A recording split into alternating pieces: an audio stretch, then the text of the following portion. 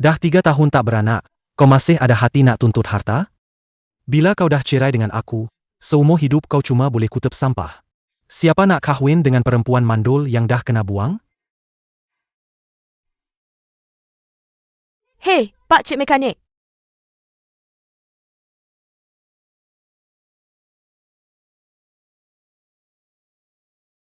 Nak kahwin tak? Hahaha. Jiang Li, kau dah gila ke? Cari orang bisu yang tak boleh cakap? Nah, Nampak tak? Walaupun dah cerai dengan kau, aku tetap ada orang nak.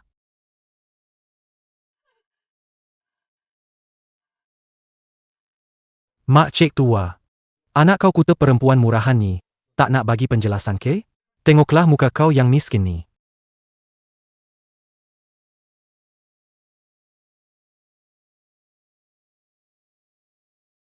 Otak Huo Yan meletup tiba-tiba. Darah merah menyilaukan di lantai masa kecil, parang berdarah bapa saudaranya, dan wajah isterinya yang kesakitan di hadapan mata, bertindih menjadi satu. Dah Huo, jangan termenung.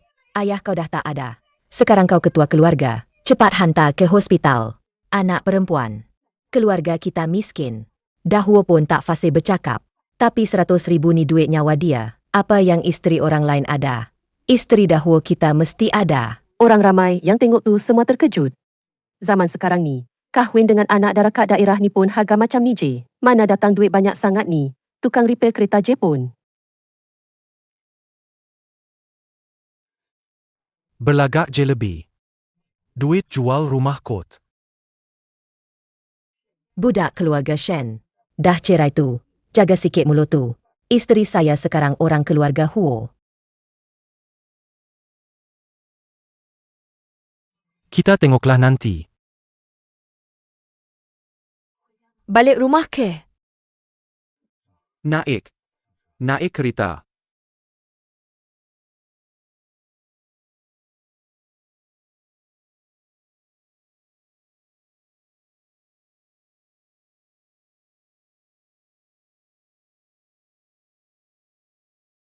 Saya susahkan awak. Bumbung bocor. Boleh bawa rezeki. Malam ni tidur macam mana? Saya. Atas lantai. Tidur atas lantai keras. Esok awak kena repair kereta lagi. Naik atas katil. Tak suka saya ke? Kalau macam tu, naiklah. Saya takkan makan awak pun. Jiang Li baring. Mendengar bunyi hujan di luar. Tiba-tiba, angin sejuk menyelinap masuk melalui celah tingkap. Dalam kegelapan, dia merasakan Dah Huo bergerak sedikit. Perlahan-lahan mengambil kipas buruk di sisi bantal. Mengipas dengan sangat perlahan, takut mengganggu mimpi indah. Jiang Li memejamkan mata. Huo Yan, esok kita pergi tepi jalan besar. Tengok kawasan usang tu. Kita buka kedai. Tak baiki kereta kecil, baiki lori J. Huo Yan berhenti kipas sekejap. Ikut cakap awak. Jiang Li, tempat ni anjing pun tak nak duduk. Kau boleh tahan pula? Hyoki, jangan cakap macam tu. Kak Jiang tak ada rezeki nak beranak. Dapat tempat berteduh pun dah kira okey. Shen Hyoki, kau datang nak korek najis ke? Mulut busuk betul. Aku datang nak tengok. Suami bisu kau ni dah mati ke belum? Sambil tu nak bagi tahu kau. Jia dah mengandung huriat keluarga Shen. Mengandung? Tahniah. Harap-harap dapat anak yang ada otak sikit. Kak Jiang, awak tak ada rezeki. Jangan sumpah seranah anak saya.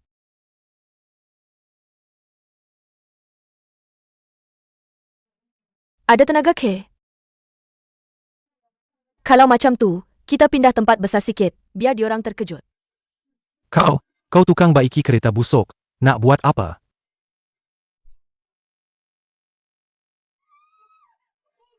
Gila. Dua-dua gila.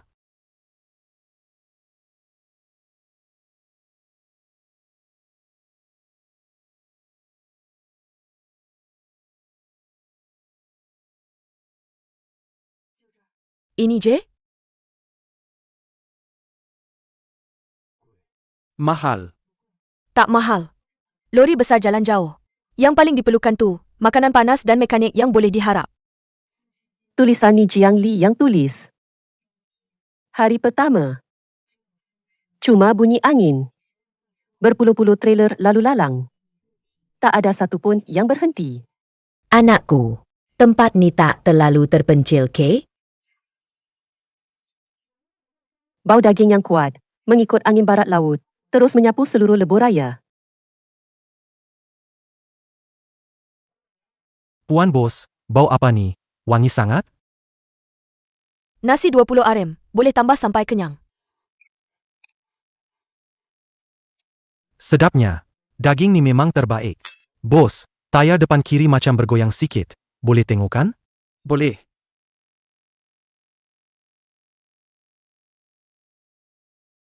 Bol jont longgar. Dah betul kan, tak payah bayar. Betul ke tak payah bayar? Makan nasi, bayar je. Bos ni memang sporting. Saya terus hantar lokasi nikat kawan-kawan kondoi saya. Genap 600 RM. Tolak kos, untung bersih 300 RM.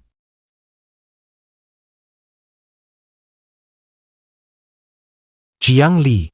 Dengan minyak kotor merata-rata ni, seumur hidup kau, memang layaklah kat sini, makan macam babi. Nampak tak? Model baru, 300,000 RM. HMPH. Kedai kau ni jual daging setahun pun cukup kena beli sebiji tayar? Tengok apa? Tak pernah tengok tayar mahal, ke?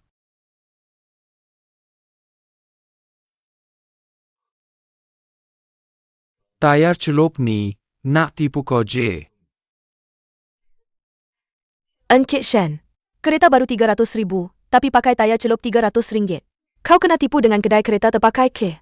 Atau kau ni belagak sangat? Merepek. Apa kau tahu, orang bisu? Ini tayar original, spesifikasi tinggi.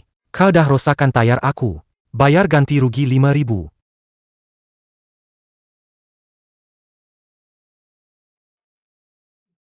Kau nak buat apa ni? Aku panggil polis. Lower ampun bocor minyak. Kalau terus jalan, boleh patah gandar. Dia yang rosakkan, bayar ganti rugi. Encik Shen, penipuan jual beli kereta terpakai. Kalau jumlah lebih 50,000, boleh buka kes. Sekarang kau nak panggil polis, polis nak tangkap orang yang korek tayar, ke? Atau tangkap orang yang jual kereta kemalangan kat kau? Jangan halang aku buat bisnes kat sini. Masa kereta ni masih boleh jalan, cepat pergi kedai kereta tu minta balik duit. Kalau tak, esok, semua kawan-kawan kau kat pekan tu akan tahu kau pakai kereta buruk pasang-pasang.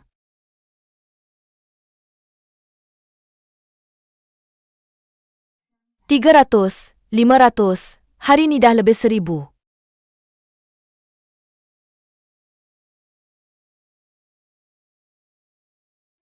Huyan, hari ni kau penat baiki kereta. Ini bahagian kau. Tak. Jangan, semua ni untuk kau.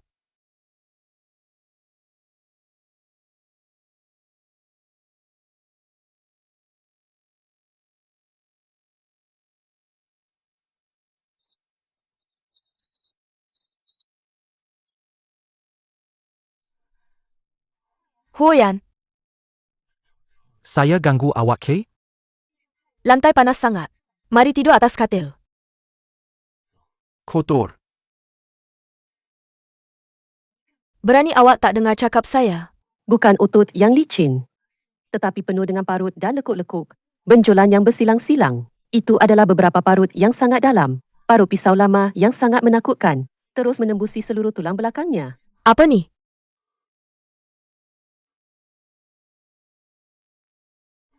Dahulu, jangan takut.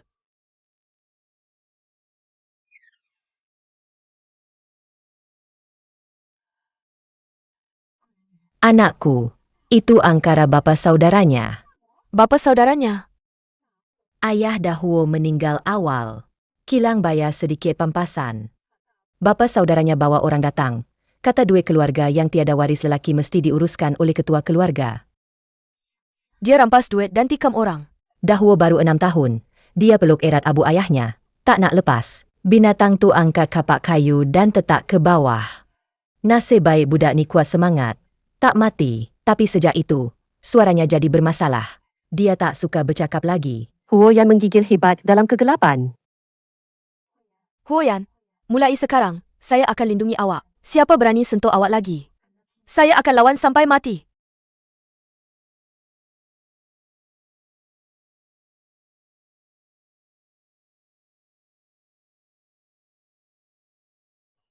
Bos, perniagaan bagus ya. Nak makan duit cepat, 20 RM. Baiki kereta ikut kerja. Nak buat hal? Tak boleh.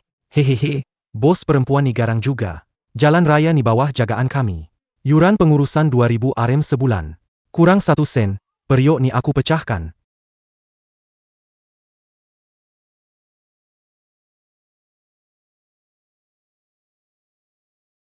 Pergi. Amboi, bisu rupanya.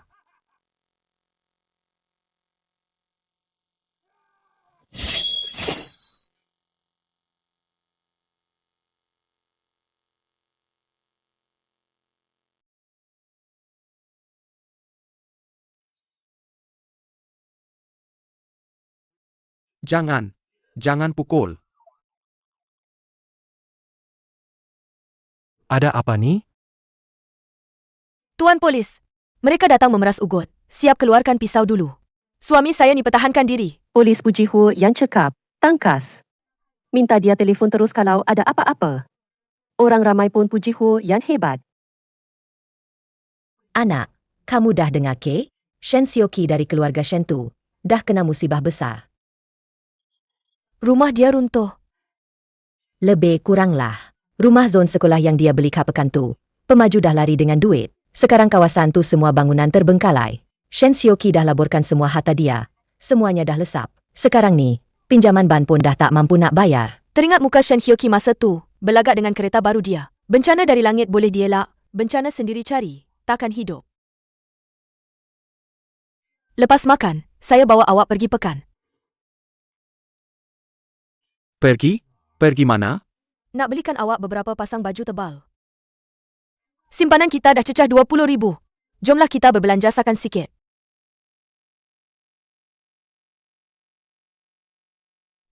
Pergi cuba. Kak Jiang ke ni? Kak Jiang pun datang beli baju ke? Jenama kat pusat beli belah ni bukan murah-murah tau. Cukup ke duit kotor awak yang repair kereta tu. Shen Hyoki baru belikan untuk saya. Ini baru namanya berkelas. Teringat semalam, Mak Cik Chin nampak dia di depan klinik haram. Jiang Li tersenyum sinis. Betul lah. Memang berkelas tinggi. Cuma tak tahulah kandungan dalam perut ni. Boleh diperiksa ke tak? Awak merepek apa ni? Jiang Li, janganlah awak kat sini cemburu tak tentu pasal. Anak saya ni lagi berharga daripada si bisu kutub sampah tu. Belum sempat habis cakap, Huo yang keluar dari bilik persalinan. Jakit kalis angin hijau gelap itu, bila dipakai Ho Yan, dengan bahu lebar dan kaki panjangnya, nampak tegak macam askar komando. Aura dia memang kuat gila. Ini dah kali keempat dia lewat bayar bulan ni. Angkatlah. Kenapa tak angkat?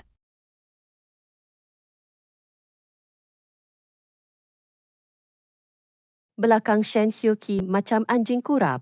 Bila tiba musim menuai, bilangan lori pertanian di lebuh raya meningkat berganda. Kemahiran Huo yang memang dah terkenal, sampai kenderaan dari stesen jentera pertanian di Pekan pun beratur datang sini nak baiki. Diorang berdua sibuk dari pagi sampai malam. Tangan Huo yang penuh dengan minyak hitam dan luka-luka yang tak hilang. Malam tu, Jiang Li duduk bersila atas katil, menutup buku akaun bulan terakhir. Hu Yan, awak tahu tak berapa banyak duit kita sekarang? Campur dengan 100,000 yang mak bagi, simpanan kita dah lebih 150,000. Jiang Li sumbat buku simpanan tu ke pangkuan Ho Yan. Musim bunga tahun depan, kita robohkan halaman buruk ni dan bina bengkel besar 2 tingkat dengan pintu shooter.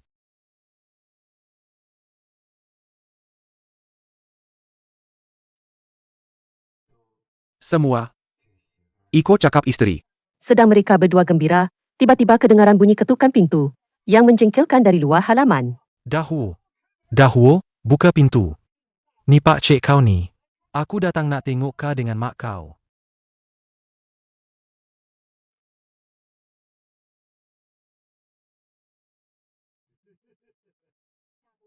Pak Cik Pan degi melilau pandang sekeliling dengan mata licik.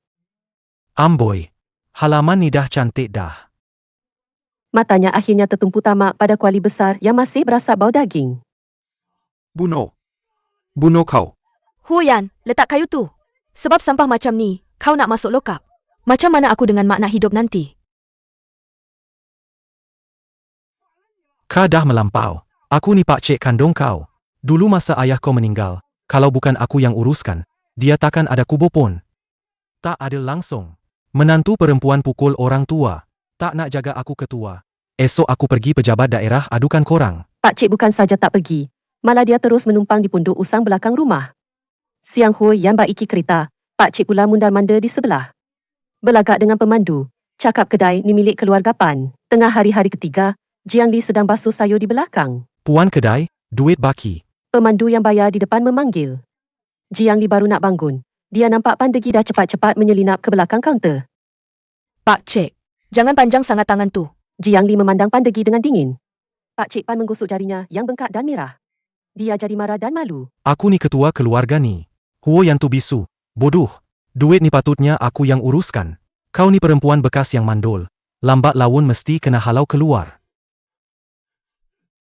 Pak Cik Pan rasa duit ni patut dia uruskan. Baiklah, kita tengoklah nanti. Petang itu juga, Jiang Li pergi ke pekan. Kononnya nak beli barang dapur. Bila balik, Jiang Li ada simpan satu kotak hitam kecil sebesar tapak tangan dalam poketnya. Kamera Lita tertutup hek di penglihatan malam. Malam tu, sebelum tutup kedai, Jiang Li sengaja letak beberapa bateri lori yang paling mahal di tempat yang senang nampak dalam halaman. Itu stok baru sampai petang tadi. Harga kos setiap satu pun 5,600. Letak luar macam tu, nanti kena curi. Tak apa, bateri original ni mahal sangat. Esok pagi, konvoi Abang Wang akan datang ambil. Tembok halaman tinggi macam ni, siapa je boleh curi? Dalam pondok, Pak Cik Pan menukar posisi tidurnya. Telinganya tegak macam antena. Pukul 2 pagi, angin bertiup, awan menutupi bulan. Seluruh halaman gelap gelita. Jiang Li tak tidur, baring atas katil. Huo Yan pun terjaga, mata terbeliak. Tangan genggam lampu sulu, pintu pondok terbuka sikit. Satu bayang hitam membongkok, menyelinap keluar senyap-senyap. Pak Cik tak berani buka lampu.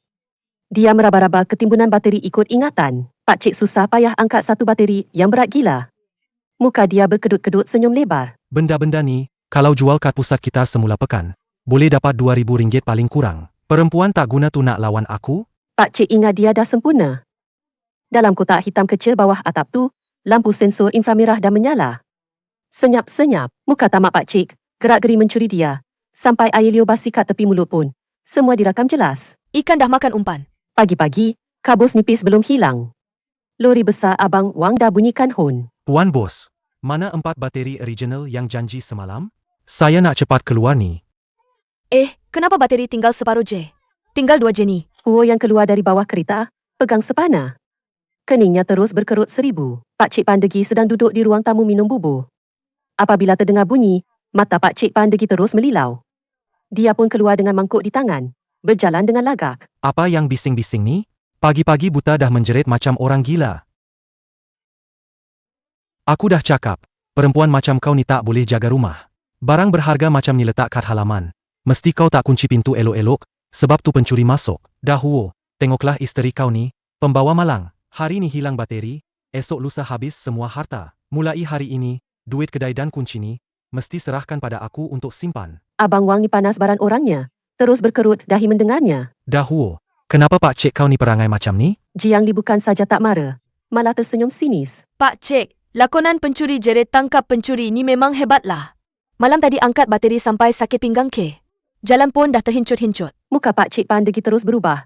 Dia mengundur selangkah, rasa bersalah.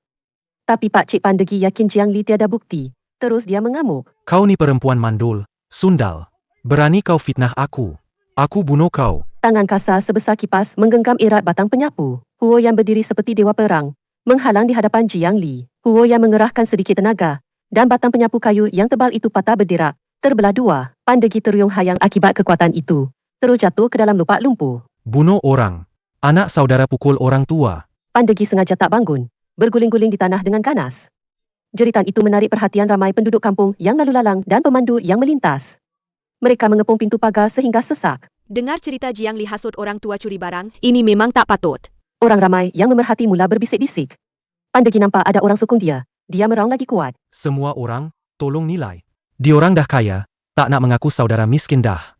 Siap nak tuduh saya yang tua ni. Jiang Li tetap tenang, menepuk belakang Huo Yan, isyaratkan Huo Yan bertenang. Jiang Li keluarkan telefonnya, di hadapan semua orang, menekan butang main. Walaupun gambarnya hitam putih, tapi di bawah kamera inframerah, jelas sangat, sampai garisan di mukanya pun nampak. Dalam video tu, Pak Cik Pan menyelinap keluar dari bangsal dengan mencurigakan. Dia menjeling-jeling sekeliling macam pencuri. Kemudian, dia bersusah payah mengangkat 2 bateri. Teruyung hayang, dan menyembunyikannya dalam timbunan jerami kering di luar pagar. Rakaman CCTV bukan saja tunjuk perbuatannya, tapi juga rakam bebelan jahat Pak Cik Pan. Bukti dah terang-terang. Orang ramai terus kecuh. Cik, aku dah agak dah. Orang tua Pan ni memang tak ada niat baik. Barang anak saudara sendiri pun dia curi. Memang tak guna punya orang. Muka kau ni tak malu, Kay? Muka Pak Cik Pan terus jadi merah padam. Pak Cik Pan tengok diri dia sendiri kat skrin. Badan dia menggeletar macam kena sawan. Mencuri lebih 1000 arim. Ketakutannya melampau dan rasa malu yang teramat sangat bercampur aduk. Pak Cik Pan terus hilang kawalan. Mata Pak Cik Pan merah menyala. Tiba-tiba dia capai seketul bata merah besar kat sudut dinding dan menerpa ke arah Jiang Li macam anjing gila. Aku bunuh kau, budak. Angin menderu kuat. Bata merah tu hampir kena perut Jiang Li. Tinggal kurang setengah meter saja. Dalam sekelip mata, boom! Satu bayangan hitam yang besar melanggar seperti peluru meriam. Huo Yan, dengan tangan kosong, menepis batu bata merah itu. Tangan kanannya seperti penyepit besi, mencengkam leher belakang Pandegi. Kerak. Huo Yan menggunakan sebelah tangan, mengangkat bapa saudaranya yang beratnya lebih 100 kati seperti mengangkat anak ayam. Muka bapa saudara itu serta-merta merah padam. Kedua tangannya terkapai-kapai cuba melepaskan cengkaman besi itu. Dari kerongkongnya keluar bunyi kek-kek yang putus asa. Mata Huo yang merah menyala. Itu adalah pandangan mata haus darah yang hanya dimiliki oleh binatang buas yang melindungi anaknya. Abang Wang, melihat nyawa akan melayang, bergegas ke depan untuk menghentikan. Jiang Li juga segera menyuruh Huo Yan berhenti. Kemudian, Abang Wang membawa bapa saudara itu pergi. Musim sejuk semakin dalam. Angin di lebuh raya bertiup seperti pisau. Namun, perniagaan auto Dahuo semakin rancak. Jumlah simpanan melonjak hingga 200,000. Dengar cerita, kekasih baru Green Tea itu telah melarikan semua wang tunai terakhirnya dan melarikan diri. Rumah di kawasan sekolah itu terbengkalai sepenuhnya dan terputus bayaran, disita oleh bank. Encik Shen yang dulunya angkuh dan berlagak, kini menjadi penipu di pekan itu. Jiang Li. Saya salah. Saya betul-betul tahu saya salah. Perempuan tak guna tu tipu saya. Saya dah tak ada apa-apa. Boleh tak awak pinjamkan saya RM5,000? Saya dah tak ada duit nak makan pun. Mengingatkan semula fitnah yang dia tak boleh beranak dan dipaksa keluar tanpa apa-apa dulu. Tiada sedikit pun rasa simpati di hati. Hanya rasa mual. Shen Fiuqi, dulu awak cakap saya akan kutip sampah kalau tinggalkan awak. Sekarang nampaknya, bukan saya yang kutip sampah. Sik Li, kita kan pernah jadi suami isteri. Awak dah kaya sekarang. Takkan nak biarkan saya mati macam ni? Keluar.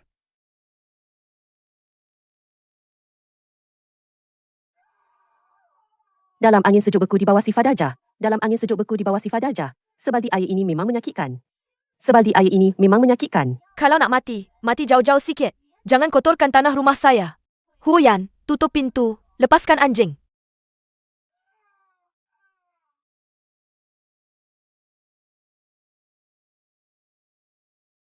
Dihalau secara paksa. Dunia kembali tenang. Tangan beku.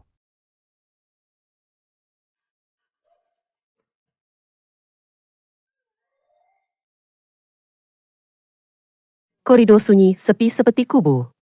Huo yang bersandar di dinding kerana keletihan, perlahan-lahan melurut ke bawah. Lelaki seberat 200 kati ini, yang berdepan dengan beberapa penjahat bersenjata pisau, tanpa berkelip pun. Seorang lelaki gagah perkasa. Anak muda, isteri kamu tak sakit teruk pun. Dia dah mengandung 2 bulan. Cuma, dia terlalu penat kebelakangan ni. Kandungan dia agak tak stabil. Kena jaga betul-betul.